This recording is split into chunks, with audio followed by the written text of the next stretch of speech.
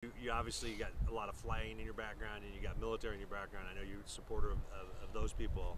Just talk about how important this anniversary is because of those two entities. I know this. When I had the opportunity to go over there last year, it kind of brought everything back and why we're over there, what the whole thing's about, and to see our servicemen, whether it be on the aircraft carrier or in Iraq or Kuwait, the attitude that they have, and why it really meant the whole. It made you feel good about America and the country, and that it's easy to see why America is the police force of the world,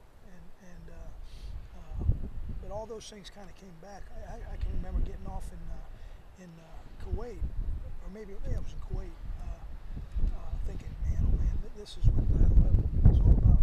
So. Your kids, most of your kids on the team were in grade school at the time of that. I talked to Nathan about it a little bit. They all kind of remember some version of what you told me about coming off looking at the TV or whatever. But do you think they appreciate what's going on in the time, or is it too? Well, are they too young to think about it? It's kind of like when President Kennedy was assassinated. I can remember. I didn't realize the impact of it. I can remember what happened. I think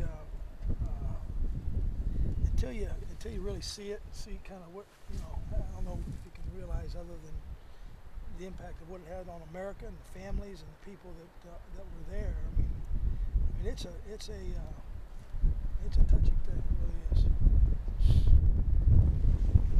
You formulate a plan for how many snaps you'd like to get Riley at all on Saturday if the game goes according to plan? No, not yet. He just, we want to make sure he threw today. I mean, there's no problem, but I want to make sure his shoulders, is fine, but he practiced today, so there shouldn't be any problem. We've talked a little bit about it, but not formulated a plan, no.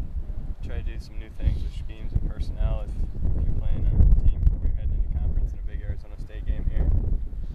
No, I think you do what you do. I don't think you try to get fancy. I don't think I kind of been brought up from the philosophy is you do the things that you do, and you try to get better at them. I think every game you have a new wrinkle, and I think every team you better respect. Right now, the way we practiced this morning, I feel like this football team is doing everything that the coaches are coaching them to do. A lot more upbeat this week with the 1-0 record than years past. Can you kind of sense it? No, I don't. I don't sense that. Once again, I mean, I think we talk about getting at you. Saturday's over. Win, lose, or draw, you got to go on to the next one. There's no question.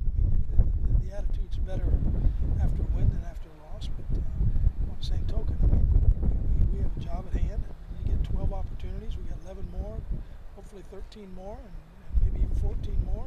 We got to worry about one game at a time. You shouldn't apologize to anybody for having 8 home games. You paid your dues. No, I don't feel bad. I mean, not at all. I mean, like I said, all you got to do is go back and put our schedule against anybody in the Big Ten. I know this isn't in your domain because you continue to say that, but A&M went to the SEC apparently. It's all done deal. Yeah, just. Does it affect me? Doesn't only if you play the SEC someday. You might play them in a bowl game or something, but but obviously things are changing again. Well, for whatever reason, it's funny because and I don't know. You guys know more about this than I, but it seems like all the stuff happened last year because of the Big Ten network, and then it seems like all the things happened in the Big 12 because of what Texas did. So, Longhorn Network, yeah. I don't know. TV. TV.